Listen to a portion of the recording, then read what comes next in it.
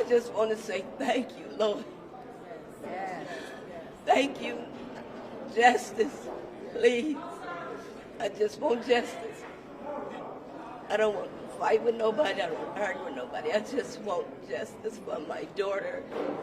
And I want peace in my family. This has been such a hard 3 months. It's been painful. Carlos is doing great. He has always been doing great. He has a strong mother. But we make sure he see rainbows in his clouds. Okay? Nothing will ever change about that. There is nothing he needs that we cannot provide. He is perfectly well. He is happy. He is thriving. And even when he feels his lowest, we pull him out of it together like we do with each other. He is a superstar like his mom, and he's going to show her better than he can tell her. Yes. When I heard it, I'm just looking. You know, it was unbelievable, but I was there. And I know for a fact none of that happened, how they just explained it. But my truth will get out here, and I hope everybody understand. That's really it. All right, what's up with it, y'all? So look, I'm back again with another video, and this is another update about the whole situation that took place with Romeca and the young, well, I can't even call her a young lady, that crazy fucker by the name of Quadajah Johnson.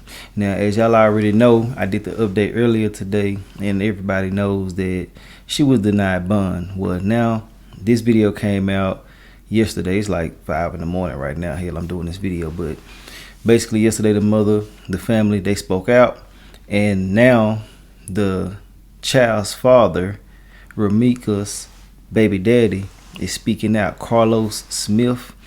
Okay, so I got both of those videos in this video, so you ain't gotta scramble all over the place. You can literally just sit right here and catch it all. But basically, you know, I want to say shout out to everybody out there that has been covering this, because without everybody, it's not one single person that can make this stuff happen. It was a collective. It was so many different people, and I'm glad that the mother spoke out on that and made sure that that was known. You know, that the people did what they did to get the situation where it is now. The girl, Quadajah Johnson, the one who took Romeca's life, she is 7 weeks pregnant. That is true. Basically, from what they're saying, I haven't seen them do any type of testing or anything. Nobody has, but I'm just simply saying from what they're saying in the court documents and things like this, she is pregnant.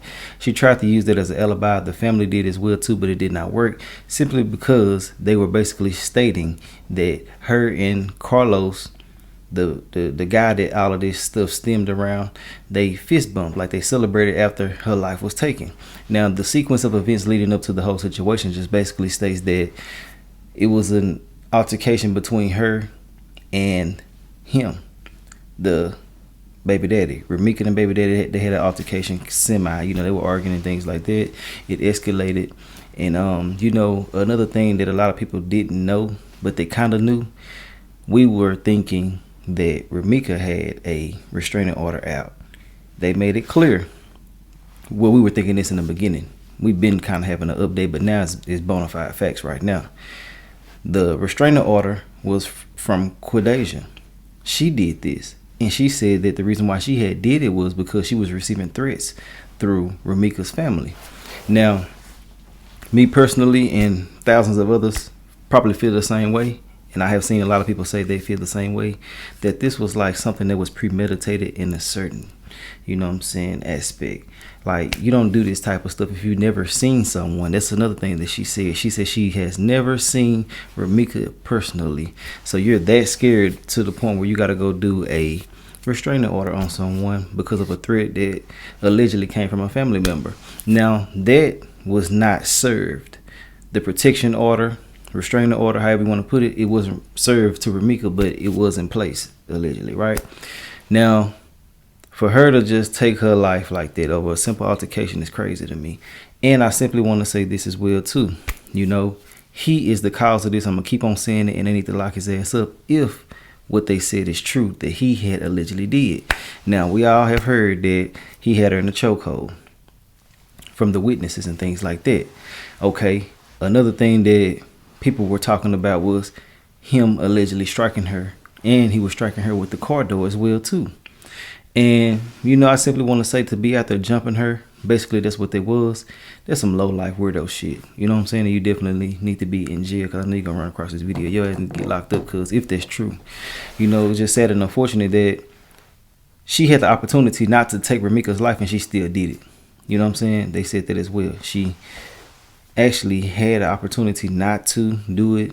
She shot once, paused, and did it multiple times after the fact, and she ended up succumbing to her injuries right after that.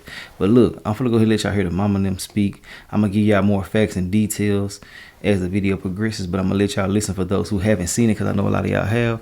And also immediately after that, the baby daddy speaks. Carlos, let's get back into it. I said let's get back into it. Let's get into it. Let's go.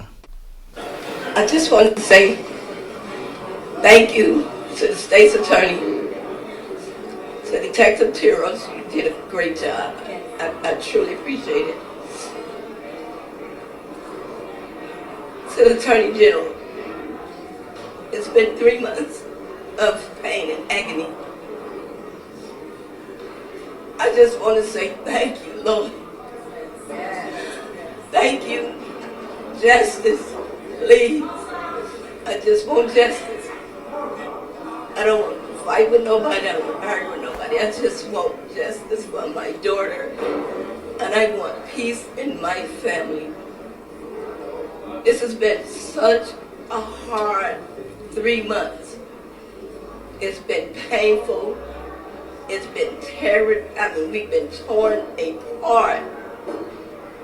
One of the leaders of our family, she was the baby, but she was the leader. The holidays are not holidays. I'm just grateful to God. And I am happy on today's verdict. I thank you, I thank you, I thank you. And all I want is to be done, is justice to be done. I want justice so I can have a peace and mind. It won't bring her back, but it will be a little peace now. It feels like a big bundle just been lifted off my head and my heart. And I truly appreciate everyone that stood by me, rallied with me, supported me and my family, because it meant a lot. And I thank the world, because the world helped me and God. I thank y'all so much. I thank news people. I think the Facebook, social media. You guys was there for us. You guys stood there with us. You didn't let us down, and you still are there. And I thank y'all so much. I couldn't have did it with y'all. I couldn't have made it this far without y'all. You and you. I love you girls. Thank you. You hear me? And I thank y'all so much. We're happy with the verdict. Justice for me. Justice for me. Justice for me. Justice for me. Justice for me. Justice for me.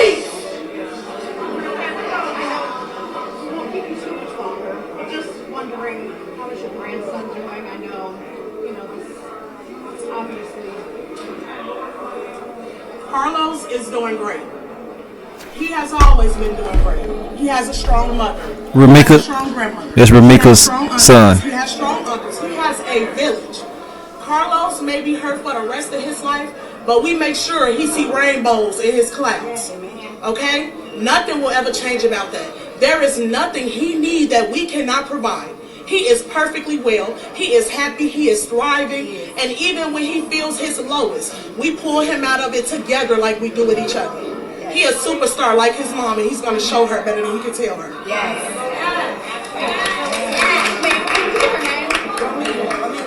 My name is Your name? Frederica. My name is Dreka. Dreka. And I'm the sister they don't like to put in front of the camera, so I'm going to leave now.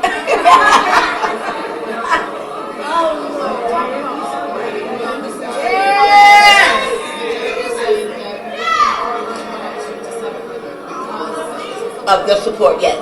We had to be moved from 102 to courtroom 700 because of the support that's behind us. We overfilled the courtroom and the other people couldn't sit down to hear their cases. So it was transferred to 700. Yes, all this love, all this support. We as one. We did it. This is all family. We did it. We paid the city fee. We paid the city fee. Yes. We paid the city fee for you. We paid the city fee for you. My name is Tina McMiller.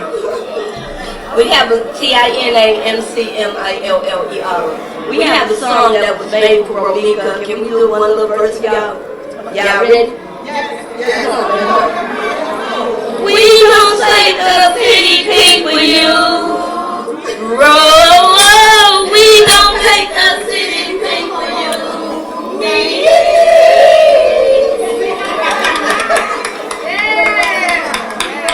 got it. Yeah, we did it. Love y'all.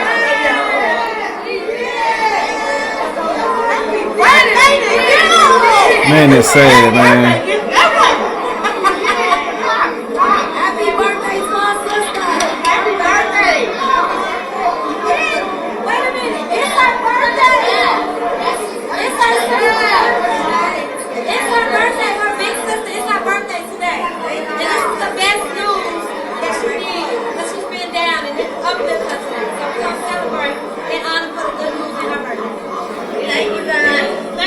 Now, the baby daddy funky ass finna come up right now. He's finna tell a little bit of nothing. He basically saying that he can't talk too much, but I simply want to say also witnesses were passing by seeing certain things as well on buses and stuff like that.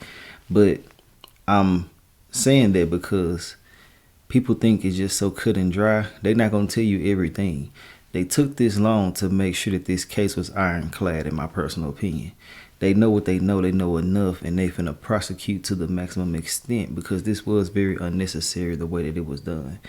And I feel like that, you know, playing games with people and shit like that is lame as hell. These women shouldn't have been going through nothing like this, but it's easier said than done. And I've also been in a position where I can't even call that a position. I was bullshitting, basically, having a lot of drama going on with women. But I feel like you should just keep it real and quit all the bullshit. And if it is something that cannot be reconciled, you need to keep the parties away and try to handle this shit better. But ultimately, like I said before, he can't control grown women, but he could have did something to kind of shift the narrative in this situation. But let's get into it. Thank you guys so much. Excuse me. Can I sit back here, Jan? Can I sit back here?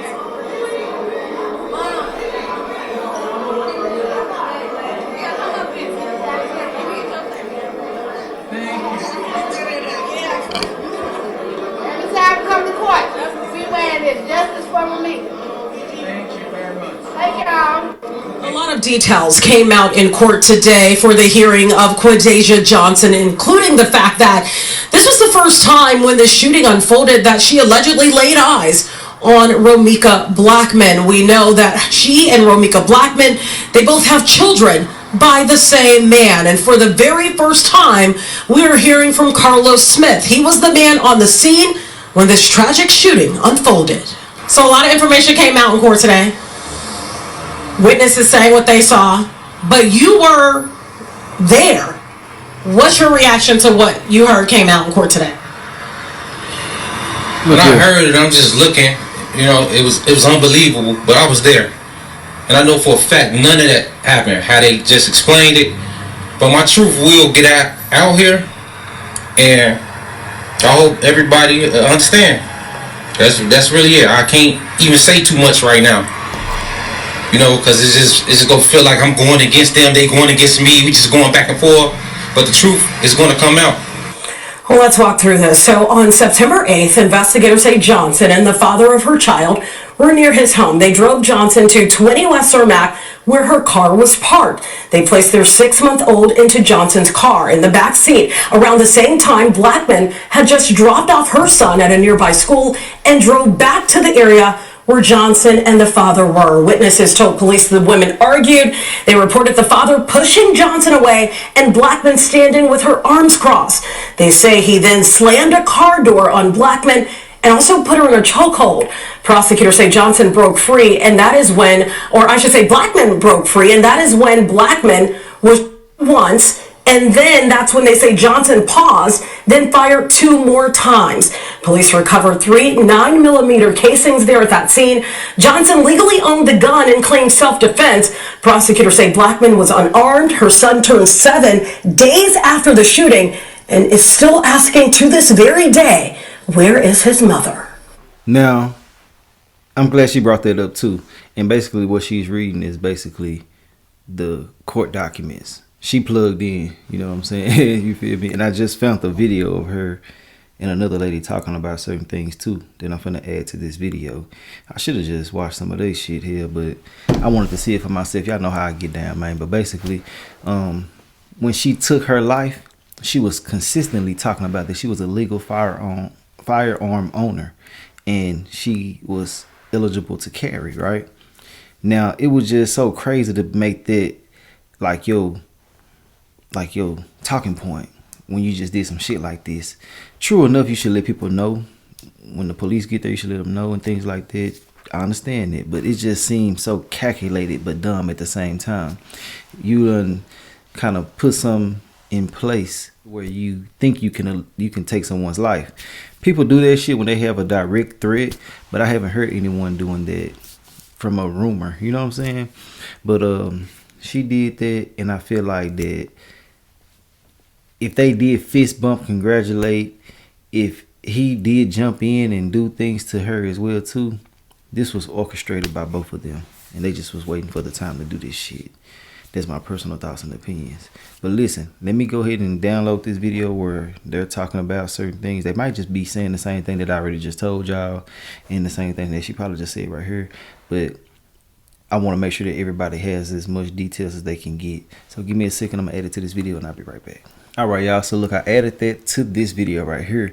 I'm going to let that play because I'm pretty sure they are going to break it down a little bit more. But I simply want to say, man, be careful who you're dealing with.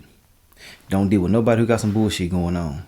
Don't never let a situation get you out of character to the point where you can be in a situation like this. There's nobody on earth worthy of your life, your freedom, none of that shit, your peace, your health, none of that. Choose you in every situation, man, because if you don't, somebody else will choose themselves over you and you'll be asked that regardless. So why not just do what's best for you? I hate the fact that so many men and women, well, I can't call y'all men and women if y'all doing shit like this, but boys and girls are out here taking people's lives over someone else when you already know the person that you fighting over full of shit and things like that too as well. True enough, some people are fatal attractions. They can't leave people alone and things like that. But ultimately, in a lot of cases, 80% of the time, it be somebody, 90% of the time, it be somebody playing both sides and shit never gets resolved. But hey, look, let me know your thoughts and opinions. I'm going to let y'all watch this in the comment section. And I will bring y'all any other updates. But she don't go to court till December 23rd. I'm going to bring y'all that probably. But other than that, I say what I have to say. Let me know your thoughts and opinions. We're going to talk about this in the comment section. RIP to Romeca. I want to send my love and condolences to the family again.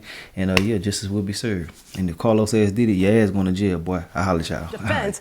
Prosecutors say Blackman was unarmed. Her son turned 7 days after the shooting and is still asking to this very day, where is his mother? Carlos may be hurt for the rest of his life, but we make sure he see rainbows in his clouds. Amen. Okay? Nothing will ever change about that. There is nothing he needs that we cannot provide. He is perfectly well. He is happy. He is thriving. And even when he feels his lowest, we pull him out of it together like we do with each other. He a superstar like his mom, and he's going to show her better than he can tell her. As for Smith, he says he has not seen his son since the shooting unfolded, the son that he has with Romeca Blackman. We did learn today that Quadajah Johnson is 7 weeks pregnant. She did ask for leniency from the court, hoping that she would be able to attend her trial going back and forth from home. We do know the judge did not allow that. As for her, she will be back in a courtroom come December 23rd. From the Greater Grand Crossing neighborhood, Tia Ewing, Fox Chicago. All right, everybody, it's 2:16 right now. Thank you for staying with us. We have Tia Ewing, who is here now. You've been on one of the most watched stories of the week here, the case of Romeca Blackman. And this goes back several months. September. And you have followed it the entire way. So walk us through how we got to today. So how we got to today is yesterday at 3:25 in the afternoon. I was working on something completely different, got a phone call from the Cook County State's Attorney's Office letting me know these charges were indeed filed and that Quadajah Johnson, who was the person accused in all of this of shooting Romeca Blackman, was going to be charged at that moment with first-degree murder and that she would appear in court today. So fast forward to today is when the actual hearing happened. And we found out a lot of, decent information inside that courtroom.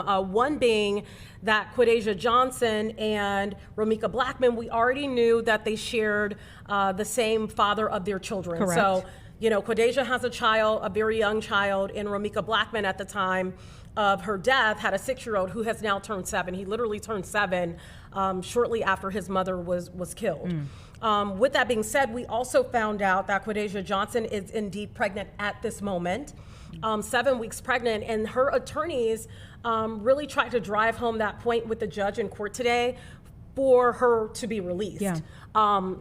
The judge made some pretty straight up statements, one being that when this shooting happened, at one point, the actual alleged shooter, Quadajah Johnson in this case, fist bumped the father that she and Romeca Blackman have in common with their children, fist bumped him after the shooting. And the judge said, someone like that, basically, I'm essentially gonna, melt down his words into essentially what he said, does not deserve to be out roaming the streets. I think that's a very inflammatory thing to find out from witnesses that happened. Yeah. And witnesses, I do want to point out the fact that in this case, you got to give it up to the witnesses here to even get us to this point in this case. Because even in the video that you saw, the aftermath of this shooting, these officers that responded, they responded to a chaotic scene. And many of them look like this may have been the first day on the job. I mean, quite frankly, not really understanding who was the shooter, not really understanding who were the witnesses, people walking through the crime scene. We saw that in the video, and so the witnesses said, hey, that's the shooter. That's the person you need to be arresting. That's the person that you need to look out for. And another thing that came out in court in terms of what witnesses saw and heard, they said after that first shot was fired, there was a pause. Why is that important? Somebody may say, okay, why is that important? That's important because you fire one shot at someone, they're down, you pause, and then you ramp up again, and other shots are then fired. Are they Why? saying that's the reason for the premeditated? Obviously, first degree murder would be premeditated. Right. Is that so? The second shot, they're saying premeditated because you thought about it to shoot again. Well, in this case, that was not made officially clear in the courtroom, but that was brought up as witnesses stepping up and how this case has really unfolded. And because of that, the judge did not feel like Quadajah Johnson, no matter pregnant or not, does not deserve to be out here walking the streets. And that was one of the big issues. I mean, obviously the biggest issue is that a life was lost. So let's say that, but that was one of the big issues going back to the day that this happened. Even though the police came and there was an arrest, she was released. She was released. Someone had lost their life and she was released. And that is how we got involved in the story. So the shooting happened September 8th. She's released. I get a call from a friend of the family member that happens to know my family, being in Chicago. And they're like, hey, have you heard about this story? Is this something that you would cover? And I'm like, yes, I've heard about the story. We've all been wondering what's happening in the course of this investigation. And so that is how the connection even happened. So September 8th, the shooting and killing happens. September 23rd, I do the story. And from there after, I'll give it to the people. They really made sure I would get emails constantly because like you said, it is a case that so many people have questions about. I would get emails constantly saying, is there an update? Is there an update? So every time I got a message, I sent that to the Cook County State's Attorney's Office, and they would always respond and they would say, no, this is a ongoing investigation. We're still investigating. And one of the issues that came up in this is that Quadajah Johnson had filed, and I believe the date is June, she filed in June an actual order of protection against Romeca Blackman, saying that she was indeed the aggressor coming after her, is what she was alleging. We actually found some paperwork. Now, mind you, there could be several different orders of protections, but in this particular case, one of the orders of protection that we definitely can confirm existed was never delivered to Romeca Blackman. In fact, every time the sheriff's, I believe it was the Sheriff's Department of Cook County, and I'll go back and review this, but a sheriff's department, just to be safe, tried to deliver this, they could never make contact. And in fact, they tried to deliver it after she was passed on. Okay, so let's the day that the shooting took place, Romeca was going to drop off her son, is that correct? She had already dropped off her son. And was coming out of there. And was coming out. And how did they, what caused them to interact? So here's what's interesting about this. And there's so many different narratives about how this played out.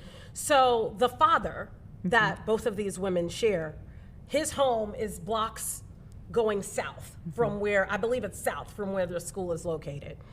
And I've heard different narratives. If you look at the video, you see Romeca Blackman's car, and I think I'm correct on this, kind of going back to our original story, in the street. You see Quadajah Johnson's car kind of like behind, I think it was parked on the street or behind her. And so the idea was this a situation where she saw her and hopped out of the car? Was it the reverse? Was she then blocked in? That's the question. That's some of the stuff we don't officially know, because that's all been hearsay. We have, and mind you, I did have witnesses' phone numbers, but I could never get them on the phone to actually say what they saw.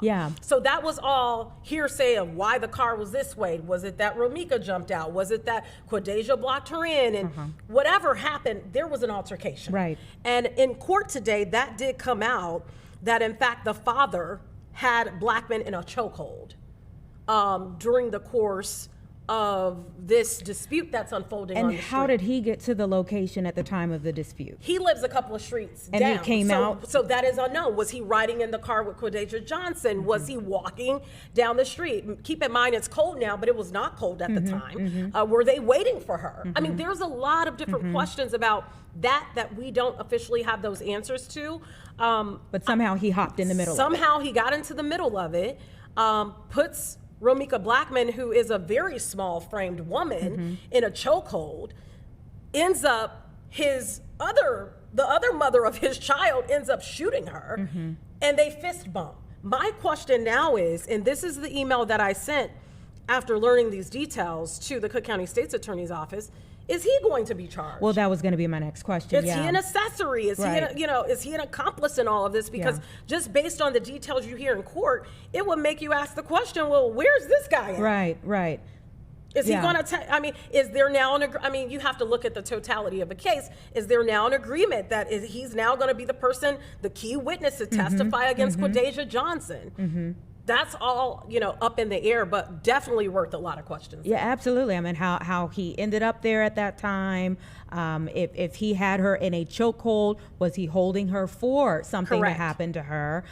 Or will his excuse be, I was trying to break them up and it just looked like that? Right. Or, I mean, you don't know how that'll play out. You don't. I do want to go back to something, because this idea of this order of protection has come up, and, during the course of reporting here at Fox 32 and around the country, the questions of an order of protection come up, and people are like, that's just literally a sheet of paper. And in this case, when I spoke to the family of Romeca Blackman, they were under the impression that order of protection that was filed by Quadajah Johnson was essentially a play, like preparing for what could come next, preparing for the fact that she had threatened her before, and kind of creating this paper trail to make her look like she would be, redeemed in a case of if she did pull the trigger, because she is a concealed carry holder. She has a license to carry a weapon. So that's the family's position on this. I think it's going to be really interesting. The next hearing is December 23rd, I believe this is the date. It's going to be really interesting to hear as more details come out in this case. Is she arguing self-defense?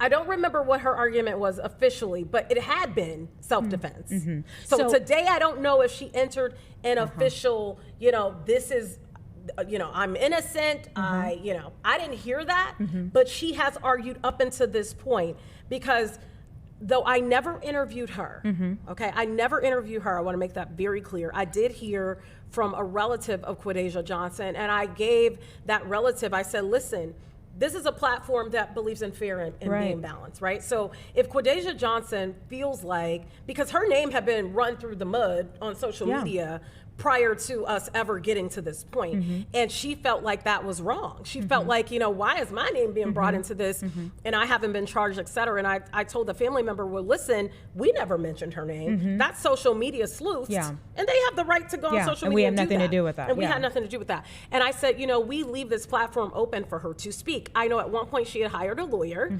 and that the lawyer had told her, do not say anything, let this play out. And so during that communication with the family member, it was very clear to me that she felt like this was self-defense, and that she also felt like she was getting a bad rep, you know, in the social media streets, and that she felt like she was the person that had been threatened by Romeca Blackman. So her story could It sounds like it's gonna be, she was fighting me. Yeah, that she hopped out, you know, that I was going on about my way. She hops out, comes at me. I am a concealed carry holder, and I had the right to, you know, protect my life. But here's the question, and this is, you know, the debate that has existed since this has happened. I'm a concealed carry holder. If someone starts hitting me and we're about the same size, you know, because they're about the same size. They're both pretty petite individuals.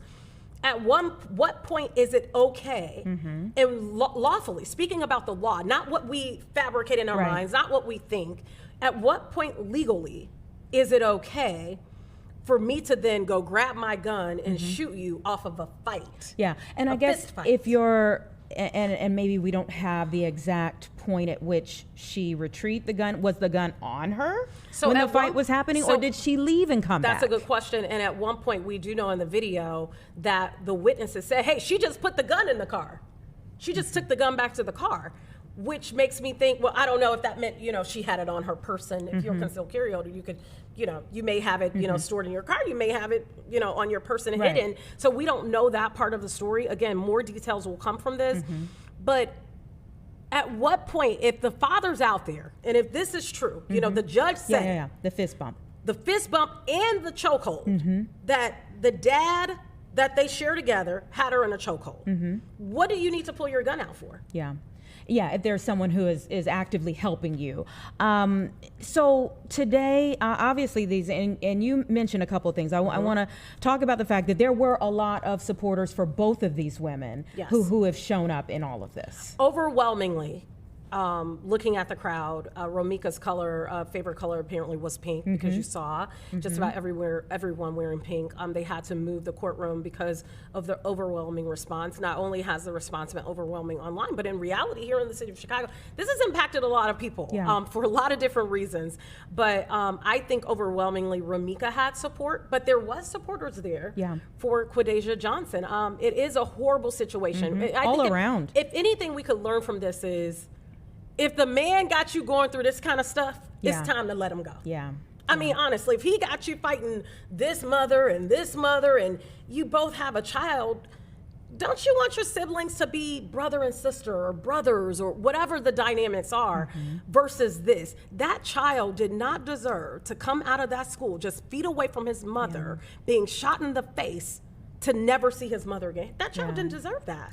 And now Quadajah Johnson has a child in the world with no mother. Exactly. And may not have a father. Right? And then a baby in the womb. What happens to that baby? I mean, the whole story, I think, is what has drawn so many people to it, because it just shows like what we learn when you're growing up. You've heard a parent or somebody in your life say, leave that man alone. And it's unfortunate that it's ended with two lives, very young, beautiful women, both of them, lives being completely destroyed because one made what sounds like, listen, allegedly, right?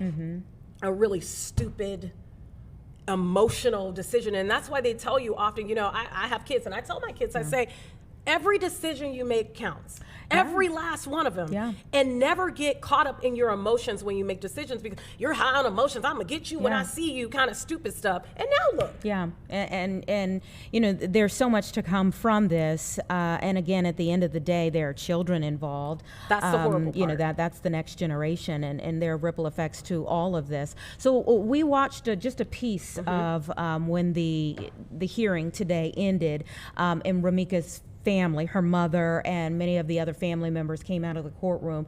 They were smiling. They were happy. They were talked to them happy yesterday. about what happened today. They didn't and believe where me this when is I at called. this point. So I called them because I felt like if it were me, and I got a call that a family member of mine died, and you know, I never knew what was happening, you know, because it's one thing, I think, when the media calls to get answers, it seems like things move a little faster, versus when an everyday person is calling for the answers, it seems like you're waiting. Yeah. And so as soon as I got that call, I had one of the family members call the mom, and she initially didn't believe it. She was like, is this real? Because this has been almost 3 months. They've been waiting for it. They've been yeah. waiting for a while. And so she cried, she processed that, and then she said, when is the court, you know, when is the court date?